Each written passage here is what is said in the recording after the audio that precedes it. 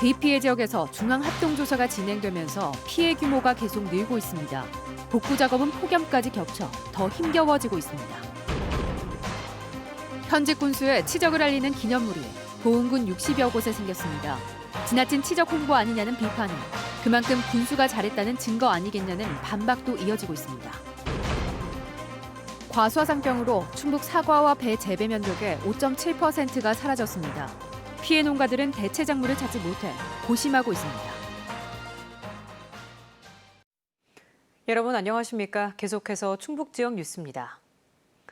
충북을 강타했던 비가 잦아들면서 동시에 시작된 피해 조사도 마무리 단계에 접어들고 있습니다. 지금까지 잠정 집계된 피해액만 2,800억 원에 이르는데 조사 마감을 앞두고 더 늘어날 전망입니다. 보도에 이지영 기자입니다. 지난 2일 시간당 75mm가 넘는 폭우가 쏟아진 충주의 한 마을. 보름 동안 긴급 복구에 나섰지만 장대비가 남긴 흔적은 그대로 남았습니다. 11,000제곱미터가 넘는 논밭은 흔적도 없이 흙에 뒤덮여 올해 농사는 포기해야 하고 대문 열고 나와 보니까는 하마 터져가지고 그냥 뭐 싹 내리 실리기 시작한 거지. 수확할 수 없고 완전히 실어 묻었지. 뭐. 무섭게 물이 들어찼던 주택도 바닥이며 생활용품이 모두 젖어 쓸 수 없게 되면서 70대 부부는 하루아침에 오갈데를 잃었습니다. 한 3km 되는 교회 가서 지금 자고 다니거든요. 밤낮으로 빨리 말로에 얼른 들어가는데 도배사를 부르니까 한 6개월은 말려야 되는데 이게 벽이 완전히 물이 먹어가지고. 지금까지 접수된 비 피해 건수는 4,400여 건. 시군별로 공무원들이 직접 현장에 나와 조사하고 있는데 충청북도가 잠정적으로 추산한 피해액만 지금까지 모두 2,792억 원이 넘습니다. 957억 원으로 가장 많은 충주시를 비롯해 제천 801억 원, 단양 484억 원 등 지역마다 수백억 대입니다. 공공시설은 조사가 마무리됐지만 사유시설은 오는 19일까지 신청을 받아 피해 규모는 더 늘어날 전망입니다. 8월 19일까지는 피해 금액 및 복구 금액을 확정할 예정입니다. 피해 금액에 따라 가지고 복구 지원 또는 추가 지원 아니면은 자체 복구를 하게 되기 때문에 충청북도는 특별 재난 지역에서 빠진 단양과 진천도 피해 조사가 끝나는 대로 정부에 추가 지정을 신청할 계획입니다. MBC 뉴스 이지연입니다. 아들과 함께 제주 여행을 다녀온 뒤 코로나19 확진 판정을 받은 충주 50대 부부의 접촉자 31명이 음성 판정을 받았습니다. 충청북도 방역당국은 지난 13일부터 15일까지 부부가 다닌 충주의 한의원과 식당 등에서 충북 접촉자 40명의 신원을 파악했으며 이 가운데 검사를 받은 31명이 음성 판정을 받았다고 밝혔습니다. 집단 감염이 발생한 서울 사랑제일교회를 방문한 도민 20명도 파악해 검사를 진행 중이며 지금까지 검사를 받은 13명은 모두 음성 판정을 받았다고 설명했습니다. 긴 장마가 끝나고 도내 전역에 첫 폭염 경보가 내려지는 등 무더위가 기승을 부리고 있습니다. 충북 전 지역에는 오늘 오전 11시를 기해 폭염 경보가 내려진 가운데 청주 오창의 낮 최고 기온이 34도를 기록하는 등 대부분 지역이 32도에서 34도 분포를 보였습니다. 청주기상지청은 이번 주 내내 폭염이 계속되고 습도까지 높아 도심을 중심으로 열대야가 이어지겠다고 예보했습니다. 역대 최악의 피해, 치료제가 없는 과수화상병 후속 대책 가운데 하나인 대체 작물 찾기가 쉽지 않습니다. 연구가 진행 중인 가운데 기존에 거론됐던 아열대 작물보다는 약초 등 특용 작물이 주목받고 있습니다. 이재욱 기자입니다. 올해 도내 과수화상병 피해 농가 가운데 절반 정도가 울며 겨자 먹기로 깨와 콩 등을 심었습니다. 이 병은 한 번 걸리면 같은 땅에 3년 동안 과수를 재배할 수 없는 데다 치료제와 백신이 없어 대체 작물 보급이 시급합니다. 하지만 고소득 작물인 사과와 배만큼 농가를 만족시킬 만한 작물을 찾기란 쉽지 않습니다. 충청북도는 당초 파파야와 카사바 등 아열대 작물을 검토하다 초기 시설 비용이 지나치게 비싸다는 결론을 내렸고 피해 지역이 주로 도내 북부권인 점을 감안해 지역 특산품인데다 고소득 작물로 분류되는 당귀와 지황 등 약초에 주목하고 있습니다. 이런 작목은 사실 그 업체에서도 많이 요구를 하고 있습니다. 그래서 저희가 업체와 농가 이렇게 연계를 시켜드리게 되면 수매하기가 상당히 수월할 수 있다. 충청북도 농업기술원은 피해 농가의 의견을 최대한 반영해 소비와 재배, 판매가 용이한 대체 작물을 계속 발굴할 계획입니다. 지역 맞춤형 대체 작목을 개발하고 신소득 작목 창출 및 지역 활성화 방안 등을 연구가 진행되고 있습니다. 올해 충북에서는 충주와 제천 등 500농가에서 과수화상병이 발생해 전체의 5.7%가 넘는 면적이 매몰되면서 과수농가들이 공황 상태에 빠졌습니다. MBC 뉴스 이재욱입니다. 보은 곳곳에 현직 군수의 이름이 새겨진 각종 기념물들이 계속 늘어나고 있습니다. 적지 않은 돈이 들어갈 텐데 꼭 만들었어야 하는지 갸우뚱하는 지역 주민들이 적재하는데요. 지나친 치정용이 아니냐는 비판이 나오고 있습니다. 김영일 기자입니다. 지난해 8월 확보장 공사가 완료된 속리산 3가 만수구간 도로 주변 공터입니다. 도로 준공비와 함께 보훈 군수를 기리는 공덕비가 나란히 세워졌습니다. 현직 군수가 태어난 날과 고향, 졸업한 학교와 양력, 그리고 군수가 벌인 사업까지 자세히 소개돼 있습니다. 이 사람 돌아가신 사람도 아니고 그러니까 여러 사람이 알아서 계속 그 다음 대 이렇게 알려진 것 같으면 공덕비라고 말이 되겠는데 조금 무리가 하지 않나 과하지 않나. 사업비만 400만 원. 일부 주민 반대에도 도로 준공으로 혜택을 보게 된 5개 마을의 이장들이 최근 마을 경비로 설치를 강행했습니다. 그 이장 가상명이 그 마을 돈을 받고서 그 이장들이 그냥 결정해가지고 그렇게 한 거예요. 공덕비를 만들게 했습니다. 그 풍부한 끝이에요. 보훈군이 설치한 기념물도 문제입니다.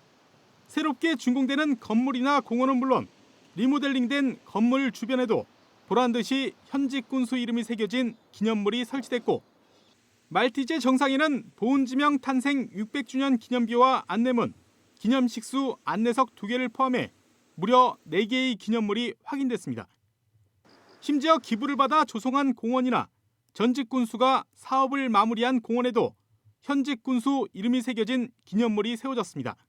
굳이 자기 때 벌써 7년 지난 거잖아요. 7년 지난 거를 또 다시 기념비를 세운 거는 자기 이름 알리기 같거든요. 보훈군은 앞서 50억 원짜리 공원에 설치된 봄정회, 금빛으로 현직 군수 이름을 새겼다. 지난해 친일성 발언 논란으로 주민 소환 운동이 일자 다시 이름을 지우기도 했습니다.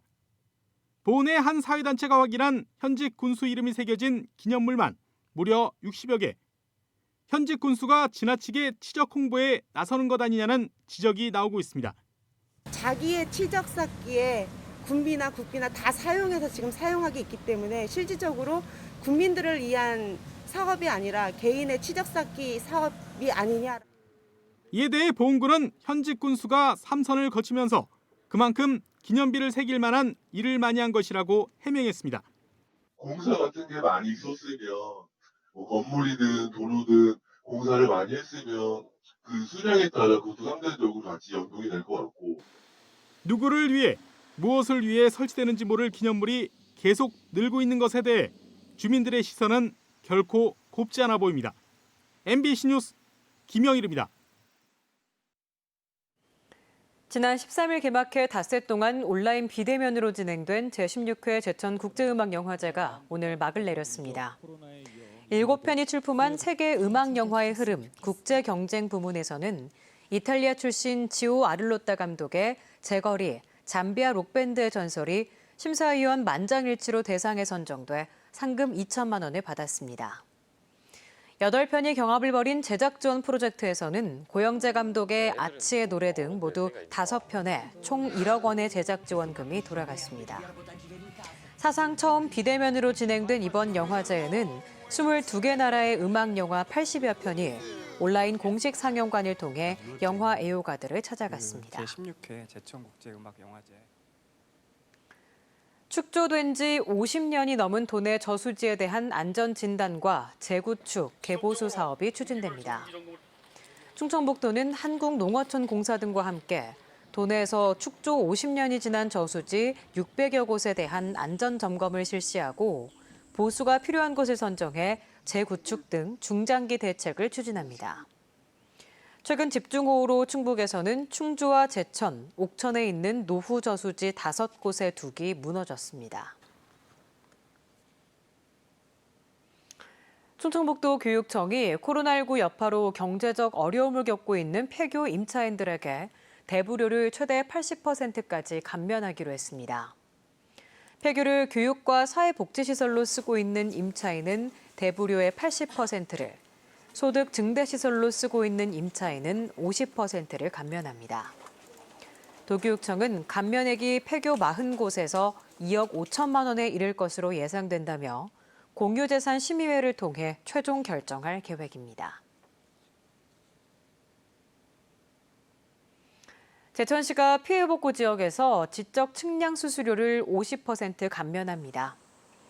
유실된 토지의 경계를 복원하거나 파손된 시설물을 신축할 때 읍면동에서 피해 사실 확인서를 발급받아 민원 지적과에 접수하면 감면받을 수 있습니다. 제천시 건축사회도 비 피해로 건축물을 신축할 경우 설계 비용을 절반 이하로 감면해 주기로 했습니다. 개 목줄 관리를 소홀히 해 행인을 다치게 한 진돗개 주인에게 벌금형이 선고됐습니다. 청주지법 형사 4단독 김용 부장판사는 지나가던 행인의 허벅지 등을 물어 전치 4주의 상해를 입힌 진돗개 주인 63살 A씨에게 벌금 200만 원을 선고했습니다.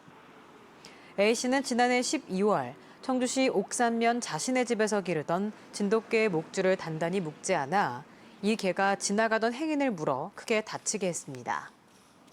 김 판사는 사람 왕래가 잦은 곳에 개를 기르면서 주의 의무를 소홀히 한 점이 인정돼 처벌이 필요하다고 밝혔습니다. 청주시 상수원인 대청호 문희수역에 조류경보 관심 단계가 발령됨에 따라 청주시가 수돗물 관리를 강화했습니다.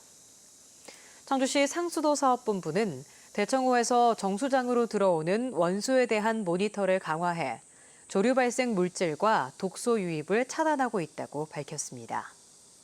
현재 문희수역 조류는 물 표면을 중심으로 발생한 상태로 수심 16m 아래 바닥에서 취수하는 수돗물에는 영향이 없는 상태라고 덧붙였습니다. 금강역 환경청은 이달 초 대청호 문희수역에서 남조류 세포수가 기준치를 2회 연속 초과하자 지난 14일 조류경보 관심 단계를 발령했습니다. KTX 운행이 8시간 지연됐던 2018년 오송역 단전사고 책임에 대해 코레일과 충청북도가 이견을 보이고 있어 소송전으로 비화할 가능성이 커졌습니다. 코레일은 사고 원인이 된 조가선 교체 공사를 발주한 충청북도가 100% 책임져야 한다며 지난 6월 공문을 보내 15억 원의 피해 보상금을 요구했습니다. 충청북도는 감사원 감사 결과를 근거로 코레일의 부실 대응이 피해를 더 키웠다며 일방적인 피해 보상 요구를 수용할 수 없다고 회신했습니다. 두 기관은 책임 비율에 대해 객관적인 결론을 내기 위해 민사 소송까지도 염두에 두고 있는 것으로 알려졌습니다. 다음 달 2학기부터 청주의 초등학교 2곳이 추가로 문을 엽니다. 지금까지 충북 지역 뉴스였습니다. 고맙습니다.